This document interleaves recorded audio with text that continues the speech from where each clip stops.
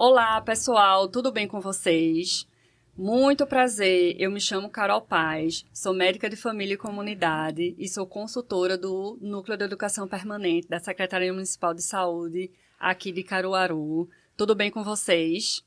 No Nepcast de hoje, vamos falar sobre a violência e exploração sexual de crianças e adolescentes. Esse podcast é uma iniciativa do Núcleo de Educação Permanente da Secretaria Municipal de Saúde de Caruaru, em parceria com o curso de jornalismo da SES Unita.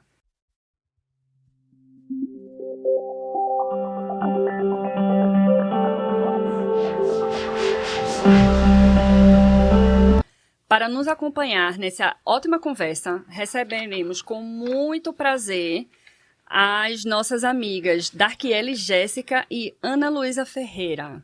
Eu gostaria, por favor, de passar a palavra para elas se apresentarem com as suas próprias palavras. Por favor, Darkiele, primeiro. Muito prazer, bom dia. Eu me chamo Darkiele Jéssica, sou assistente social do CREAS, que é o Centro de Referência Especializado de Assistência Social, e integro também o Núcleo de Prevenção e Enfrentamento ao Abuso e Exploração Sexual contra Crianças e Adolescentes, há 1 ano. Bom dia a todos, eu sou Ana Luísa Ferreira, eu sou a mãe do Tiago Henrique, sou psicóloga, trabalho no Tribunal de Justiça aqui de Pernambuco. Atualmente eu estou coordenadora do Departamento Acolhedor de Caruaru e também sou voluntária do Grupo de Apoio à Adoção aqui do nosso município, que é o GAAP Caruaru. Perfeito, muito legal. Então, só pela história, né, por aquilo que elas se apresentam, a gente já vai ver que vai ser uma excelente conversa, a gente vai aprender demais. E estamos aqui para conversar sobre um tema que é muito importante, né? Um tema que, infelizmente, faz parte das nossas vidas, né? Que é a violência contra a criança, especificamente a violência sexual contra crianças e adolescentes, que, apesar de ser um tema muito sensível e que a gente pode sentir muito em estar falando sobre isso, mas como faz parte da nossa realidade, é algo que a gente precisa conversar, aprender para exatamente combater. Então, a gente não combate esse tipo de violência sem conhecimento, então vamos aprender um pouco mais aqui sobre isso. Então, vamos agora, né, começar nossas perguntas e a ideia é que seja uma conversa, então vamos aqui ficar tranquilas para ser uma conversa. E aí, então, a primeira coisa que a gente queria saber é que como é que está a situação da violência contra a criança e a violência sexual contra crianças e adolescentes, especificamente daqui de Caruaru e região, né? O que é que vocês podem nos elucidar sobre isso, né? Como é que está a situação dessa violência aqui? Podemos conversar com a Ana Luísa? Podemos. Olha, eu trouxe alguns dados interessantes aqui da nossa central. Eu trouxe dados de 2022. A central ela existe desde 2015. Eu estou à frente desde 2021. Então, nesse último ano de 2022, nós aqui não atendemos só Caruaru, a gente atende toda uma região, são 51 comarcas. Certo. Sendo que em algumas comarcas tem mais de uma vara, como Caruaru, a gente atende 9 varas. Né? Vara de família, vara de infância, vara criminal, júri, precatórios, é uma infinidade aqui em Caruaru. Então, em 2022, nós fizemos 104 audiências. Dessas 104 audiências foram escutadas 113 crianças e adolescentes vítimas ou testemunhas de violência. Foram 85 meninas e 28 meninos. Mais ou menos 30% dessas vítimas tinham entre 4 e 7 anos. São crianças pequenas. 85% dos casos que nós atendemos é de estupro de vulnerável. A gente também atende alienação parental, maus tratos, negligência. Mas o grande boom mesmo é da violência sexual. 94 dos acusados eram homens, 10 mulheres. E um dado que a gente que está nessa enseada, a gente já tem notícia, né? Que a maioria dos abusos são dentro das famílias. Então, 41% desses abusos aconteciam dentro da casa da própria vítima e 27% dos abusos dentro da casa do acusado. Quando esse acusado é um tio, é um avô, o próprio pai, né, quando a família é separada, quando pai e mãe são separados. E uma coisa que eu acho que é o mais, assim, forte, também da minha experiência, é que de todos esses casos, apenas 6% o acusado não tinha vínculo com a criança, ou seja, era um desconhecido. Aquilo que nossos pais, nossas mães conversam com a gente é cuidar quando estiver andando na rua, não aceite bala de estranho, né? Uma coisa que nossa família sempre fala, é o que menos acontece, né? Então, realmente, a grande maioria, infelizmente, acontece dentro das próprias famílias. Ótimo. Darkiele, você tem algo para contribuir? Eu trouxe alguns dados referente ao CREAS mesmo, ao Núcleo de Enfrentamento ao Abuso e Exploração. Dos nossos casos, no total temos 333 hoje em acompanhamento. Existe uma equipe multidisciplinar que atua junto a essas famílias e a esses indivíduos que sofrem esses tipos de circunstâncias, de violências. Desses casos, 286 são de abuso e o restante de exploração sexual. 304 casos aconteceram com crianças e adolescentes, 19 adultos, uma pessoa idosa. E o perfil por território, eu vou falar um pouco sobre os bairros, né? Porque o núcleo ele atende Caruaru como um todo. São 93 casos do bairro Maria Auxiliadora, 45 do Centenário, 41 do Salgado, 39 da Rendeiras, 35 de Taquara, 35 do território do Vassoural, 16 do território de Itaúna, 14 do Chicuru, 4 do território de Malhada de Pedra, 3 de Pau Santo e alguns que são de adolescentes e crianças que estão institucionalizados nas casas de passagem e de acolhimento também. Então, a gente pode afirmar que dentro desses dados que Darkiele nos trouxe, é praticamente o território inteiro, né, de Caruaru que tem casos sendo acompanhados pela essa equipe muito profissional, não é isso? Exatamente. Não existe lugar... Na verdade, não existe lugar para ocorrer esse tipo de situação. Pode ocorrer em diversos lugares. Muitas vezes a gente pensa que só acontece com pessoas empobrecidas, as classes mais baixas, mas também acontece com pessoas, com famílias, na verdade, com mais recursos financeiros. E o pior é que essas famílias escondem mais esse tipo de situação. São os casos que ficam mais subnotificados, que a gente não recebe tanto. Entendi. Os dados que vocês trouxeram traz para a gente uma questão preocupante no sentido de que é algo generalizado, certo? É algo que acontece tanto com meninos como meninas, apesar de que existe sim um recorte de gênero, né? Já que é a maior parte das meninas que são vítimas, e a gente também está sabendo que são pessoas conhecidas, né, sendo familiares ou pessoas próximas, que são os perpetradores, né, desses abusos. A gente tem algum recorte de raça, se isso acontece mais na população negra, os brancos, ou... Isso pode ser na experiência de vocês, se tem algum recorte de raça, já que também Darkiele trouxe que não tem recorte de classe, né?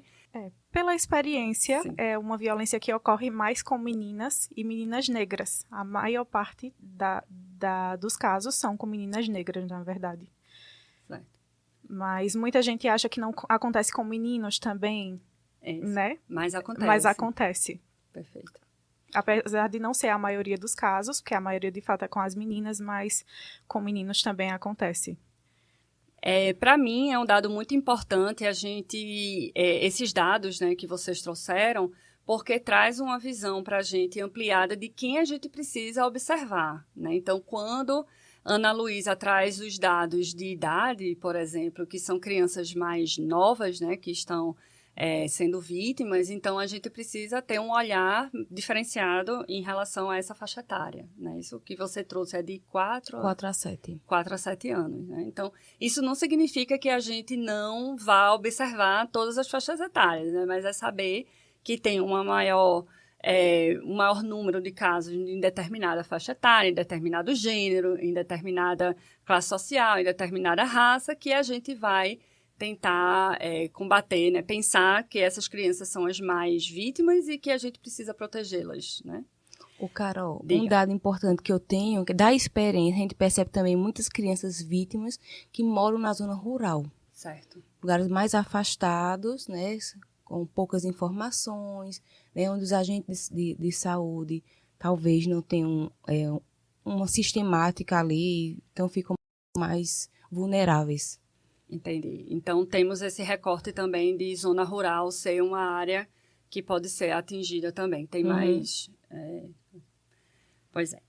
Então, vamos avançar aqui um pouco na nossa discussão para a gente discutir quais são, né, os tipos de violência contra a criança que a gente tem.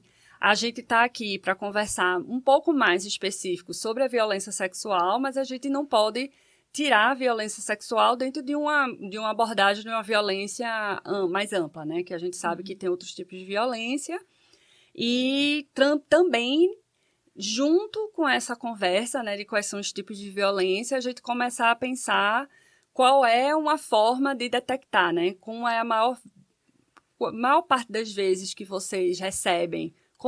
Quem foi que detectou? Quais foram os sinais que foram pensados, né? Pensando que o nosso público é um público de profissionais de saúde, de população em geral, de professores, né? Todas as pessoas que têm convivência com crianças, né? Então, como é que a gente pode estar junto, tentando identificar se aquela criança está sofrendo alguma violência ou não? Quer começar, Ana Luísa? Começa. A gente tem algumas violências, né? Tem a violência física, né? Aquela famosa palmada, né? Que a gente, às vezes, faz uso pensando numa estratégia de educação, mas a gente sabe que não educa, né? A gente que é o adulto, a gente precisa se controlar e não acabar infligindo dor a uma criança que isso não vai educar. Tem a violência psicológica, são xingamentos, constrangimento. A gente tem o bullying, né, nas escolas, principalmente. A violência sexual, né, que hoje em dia, quando um adulto ele usa da criança para obter prazer sexual. Então, pode ser no toque da criança, pedindo para a criança tocá-lo, pode ser exposição à pornografia, chama junto para assistir um filme no celular, computador. Hoje a gente tem essa internet aí que é muito ampla e a gente tem nossas crianças desprotegidas também junto da gente, né? A gente está ali sem saber o que está acontecendo. E existe a violência institucional, né? Quando a criança ela é revitimizada dentro das repartições. Tem a violência patrimonial, né? Quando um adulto ou um adolescente ele danifica um patrimônio, uma casa, um celular, alguma coisa desse que seja propriedade da criança. E especificamente da violência sexual, né, do mês de maio que nós estamos falando, é muito difícil a criança naturalmente e espontaneamente revelar um ocorrido. Por que é difícil, Carol? Porque dentro da própria família a gente tem o sexo ainda como um tabu. As crianças elas não conhecem as partes do corpo, né? A gente sempre bota um apelido assim, piu-piu, né? Vai pintinho, enfim, a gente vai colocando alguns nomes, alguns apelidos e distanciam da realidade. Então, muitas crianças, como eu disse para vocês, são crianças, a maioria pequenas, elas às vezes não entendem nem o que está acontecendo com elas é uma forma de violência.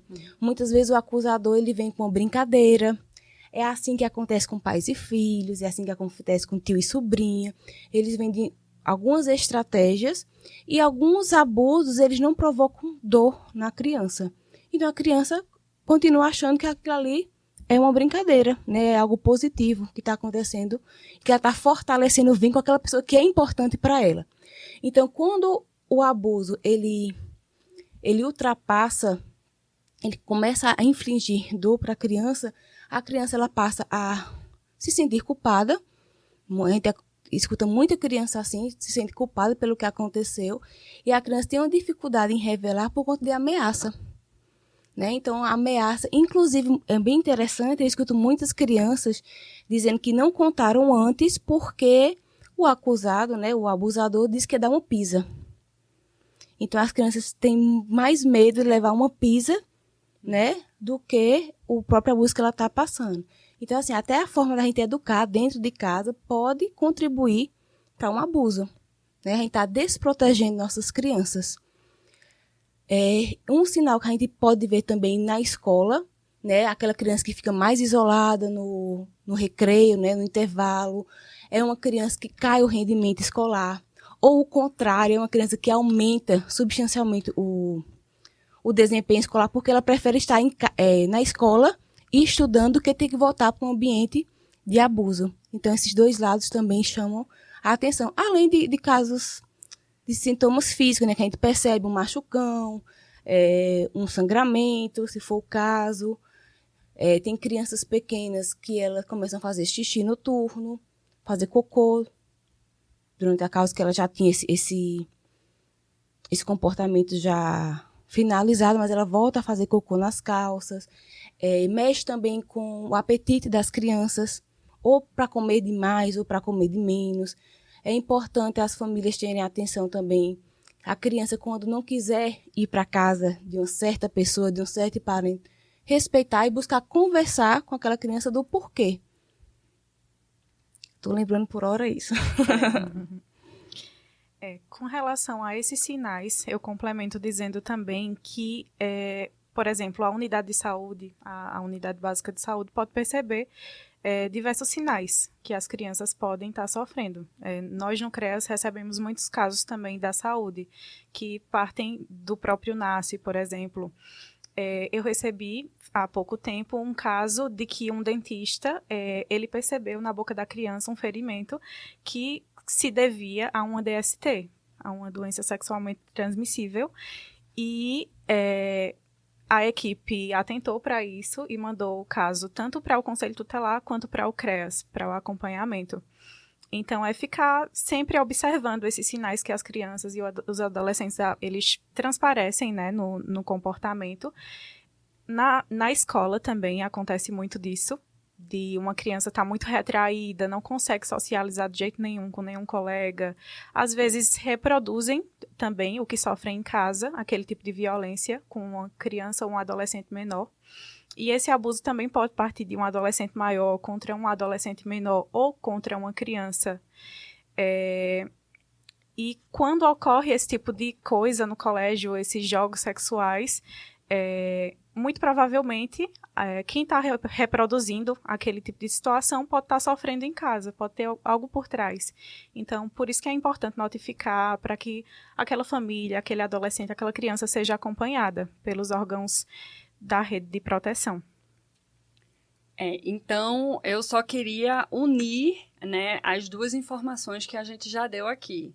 Então, a gente já sabe que a maior parte dos abusadores são pessoas da família, e aí agora a gente já sabe como é que as crianças reagem a esse tipo de abuso. Então, só que eu queria chamar a atenção aqui e conversar sobre isso é que, assim, a gente vai ver uma evitação, por exemplo, da criança ir para tal ambiente. Ah, mas é o seu tio, é o seu primo, é o seu pai, né? É seu avô, entendeu? E aí você acha que isso é besteira da criança e que pode não ser besteira. Na verdade, ela está sofrendo um abuso lá e ela já está demonstrando para você que ela não quer estar naquele ambiente, entendeu? Então, é uma criança que se sente culpada de forma exagerada em todas as coisas, entendeu? Então, é porque ela está se sentindo culpada pelo que está acontecendo e aí ela não vai conseguir falar nada. Então, você precisa ter um diálogo aberto com a sua criança para realmente perguntar e não perguntar de uma forma inquisidora, assim, você está fazendo alguma coisa errada. Não, é perguntar de uma forma carinhosa, de uma forma aberta, para a gente realmente ter uma aproximação com essa criança, para que ela não se sinta mais ainda culpada, né, pelo que está acontecendo. Eu estou falando isso numa perspectiva de um familiar que está convivendo, né, com aquela criança todos os dias. Mas é isso, ou seja, aprendemos várias questões aqui que são muito importantes. Eu queria seguir essa conversa e, assim, uma vez a gente identificando que essas crianças podem estar sofrendo abusos, para o que a gente faz? E aí eu estou pensando aqui, de novo, no nosso público, né? Tanto pessoas, profissionais de saúde, o que é que os profissionais de saúde podem fazer, o que profissionais da educação podem fazer, o que é que a gente, enquanto familiar daquela criança, pode fazer, uma vez a gente identificando que essas questões podem estar acontecendo. Para onde o que é que a gente faz? Quer começar, Darkiele? Posso começar assim. A melhor coisa a se fazer é denunciar, né? Sempre que notar algum tipo de situação desse tipo, sendo profissional ou sendo família, informar para os órgãos da rede de proteção. E existe o Conselho Tutelar, onde as famílias podem estar realizando as denúncias. O Disque 100, que é um telefone gratuito. Você pode fazer a ligação do seu celular, pode fazer a denúncia também de forma anônima, tanto pelo e-mail quanto pelo telefone. A denúncia também pode ser realizada na própria escola, com professores, orientadores. A criança ou o adolescente pode pedir esse suporte nas delegacias especializadas ou até mesmo as comuns, na Polícia Militar, Polícia Federal ou Polícia Rodoviária Federal, no número 190. E também para os profissionais, nunca ficar calado diante dessas situações, né?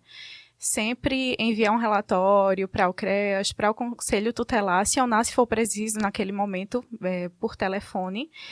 E é importante sempre a notificação, né? Para que aquele direito daquela criança, daquele adolescente seja garantido. Isso, eu queria chamar muito a atenção sobre essa questão da notificação, né? Porque é uma notificação compulsória, ou seja, todos que têm ciência de um possível abuso que está acontecendo devem notificar, mesmo que não tenha comprovação. Exatamente. Não é isso? Ainda que exista somente uma suspeita, já pode ser feita tanto a denúncia quanto a notificação. Muita gente peca em não informar esse tipo de situação, porque imagina que aquele fato deve ser explícito, mas não. Mesmo que exista somente a suspeita, já deve-se notificar e registrar aquele tipo de situação. Isso, e aí a gente precisa lembrar que se alguém vê aquele ato acontecendo, é porque ele já está acontecendo há muito tempo, né? Não vai ser a primeira vez, né? Quando há, por exemplo, um flagra, né? Então, não seria a primeira vez que aquilo ali está acontecendo. Então, a gente sabe que isso faz parte de todo um período em que aquilo ali está acontecendo. Então, mesmo quando a gente não tem a comprovação, a gente precisa estar acionando esses órgãos, né, que ela colocou. Então, pode-se falar com o Conselho Tutelar, com o Disque 100, ir para as delegacias especializadas, para a Polícia Militar, Polícia Rodoviária Federal, notificação, né, da área da saúde, o 190 também pode ser notificado, e aí a gente espera, né, que as autoridades elas vão, né, estar junto dessa criança exatamente para acionar, né, todo o sistema de proteção que existe. Exato. Eu sei que a Ana Luísa, ela tem experiência nessa questão de quando isso já chega na justiça, não é isso? Isso.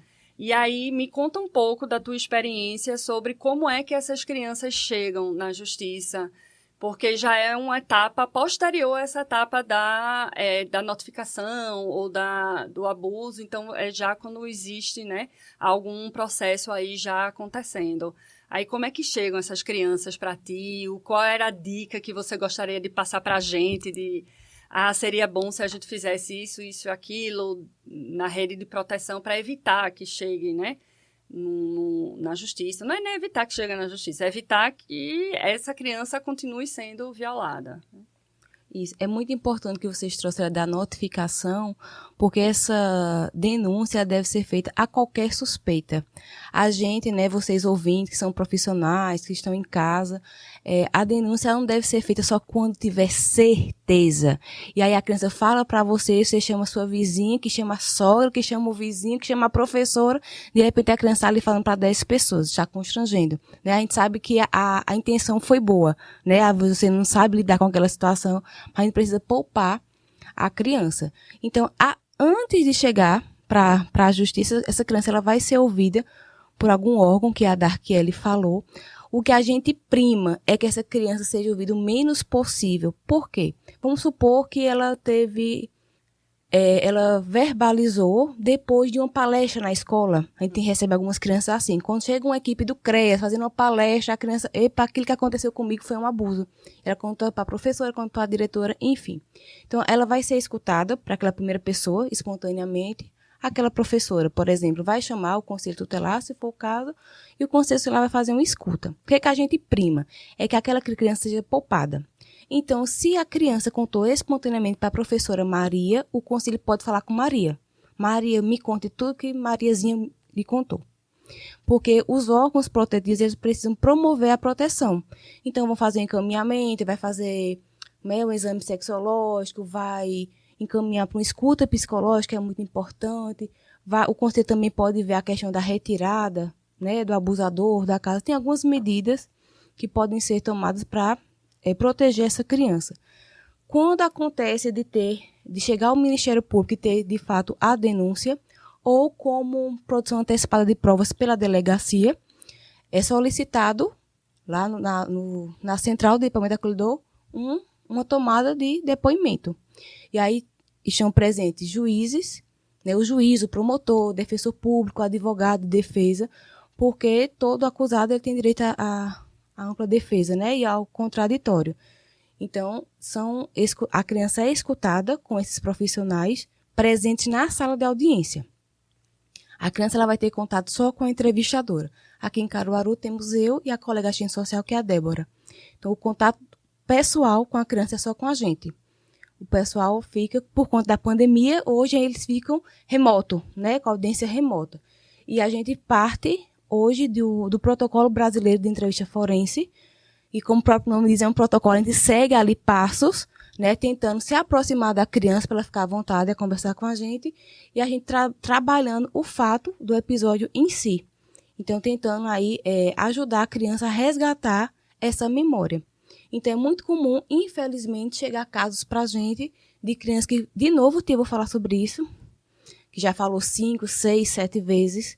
Não quero falar de novo, não. Por conta da legislação, a gente já tem aumentado o número de produções antecipadas. Então, aqui é o primeiro lugar que a criança fala. Depois que falou para a mãe, que falou para a vizinha, enfim, aqui é o primeiro lugar que ela fala. Ainda estamos assim, a passos pequenos, mas a gente espera que esse número aumente, né? Que essa escuta seja feita só aqui, porque fica tudo gravado. A criança sabe que está sendo gravada, não é escondido nada a criança. Ela sabe que está sendo gravada, ela sabe quem está assistindo a audiência. Algumas vezes os advogados querem a presença do acusado na audiência. A gente informa ao juiz. A gente não é favorável à presença dele, porque vai constranger, pode revitimizar a criança de novo, e os juízes eles superentendem, e aí fica só o advogado representando o acusado no caso. Então fica tudo gravado e a criança sabe que depois daquele depoimento ela não precisa mais falar sobre aquele assunto, né, nesse momento, assim. Ela pode falar, se ela estiver fazendo um acompanhamento psicológico, a gente também encaminha e vai tratar de outras nuances, né, de como lidar com aquele sentimento, de como retomar a vida, mas não de estar falando do episódio novamente. Certo. Então, pelo que eu entendi do que eu aprendi aqui, é que precisa ser denunciado, certo? Com dessas formas que a gente falou aqui. E uma vez sendo detectado, inclusive essa criança ter verbalizado isso para algum adulto, é esse adulto que precisa ser conversado com as autoridades, porque a próxima pessoa que deve conversar com a criança já pode ser a justiça, já pode ser órgãos mais especializados em ter uma abordagem de forma acolhedora e não revitimizadora. Isso. Ou seja, a gente tem que evitar essa criança passar por essa experiência traumática várias vezes, né? Como a Ana Luísa nos contou aqui. Então, eu acredito que a gente precisa ter uma questão de que não é apenas a criança que deve ser escutada, mas deve ser seu entorno também, deve ser as pessoas de confiança que escutaram, que vivenciaram, inclusive, esses pontos aqui que as crianças podem estar sofrendo, entendeu? Assim, ter mudança de comportamento. Então, essas outras pessoas também podem ser escutadas para além da criança. Então, não é apenas a criança que tem que ser o foco de descrever e dizer o que passou. Mas as outras pessoas que convivem com elas ou aquelas que escutaram elas, que precisam ser abordados, já que elas que são as adultas, né, que podem lidar com isso de forma mais tranquila, inclusive, né, na própria cabeça e tal. E óbvio que a gente precisa também, uma vez identificando que o perpetrador pode ser alguém da família, evitar, né, o contato com essa pessoa. É isso?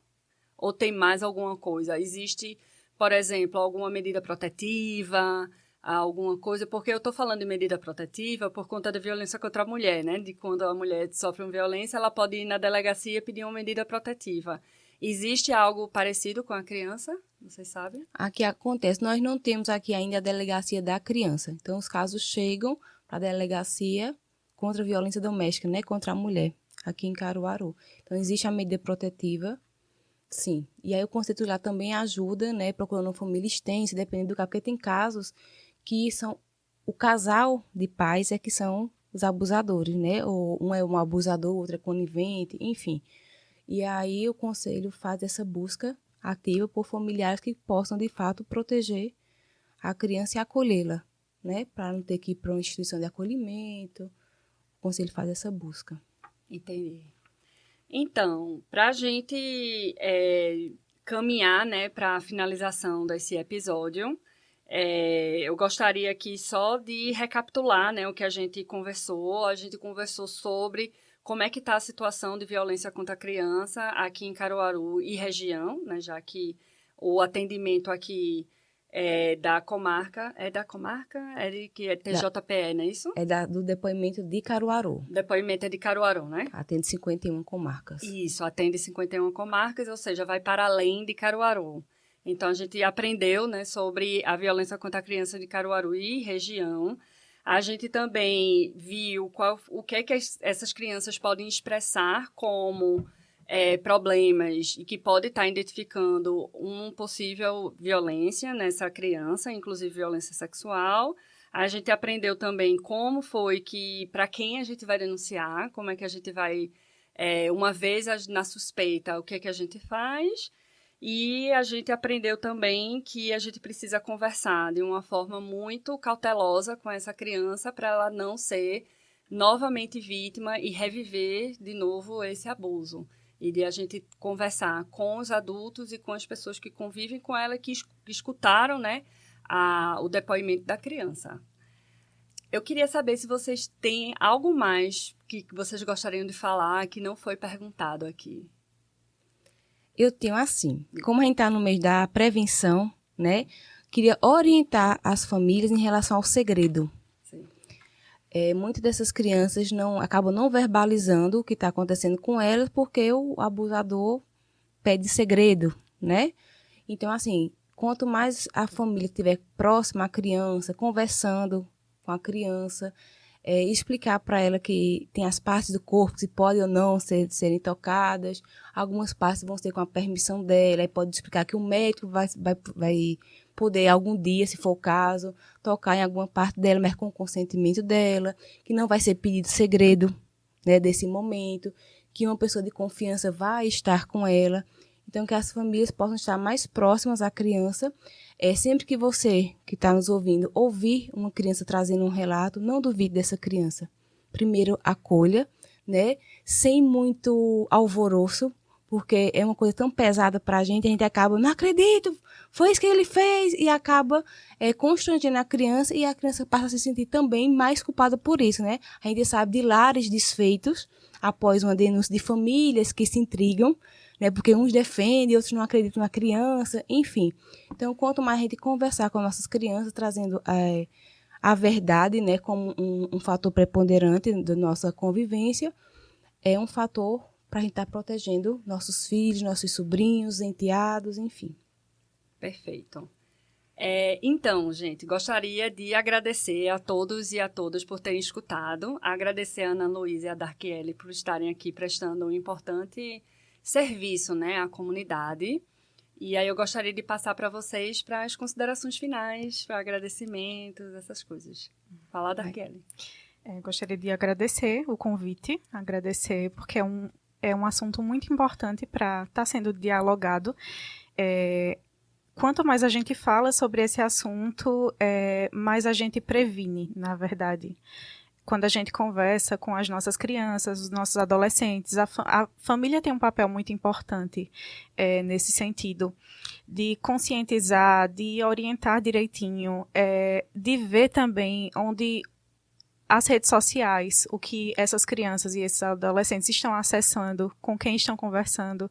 É importante frisar também sobre isso, para que exista um monitoramento dessas redes sociais, dessas mídias sociais, na verdade, e também, como prevenção, como Ana Luísa falou, dar nome às partes do corpo da criança, do adolescente.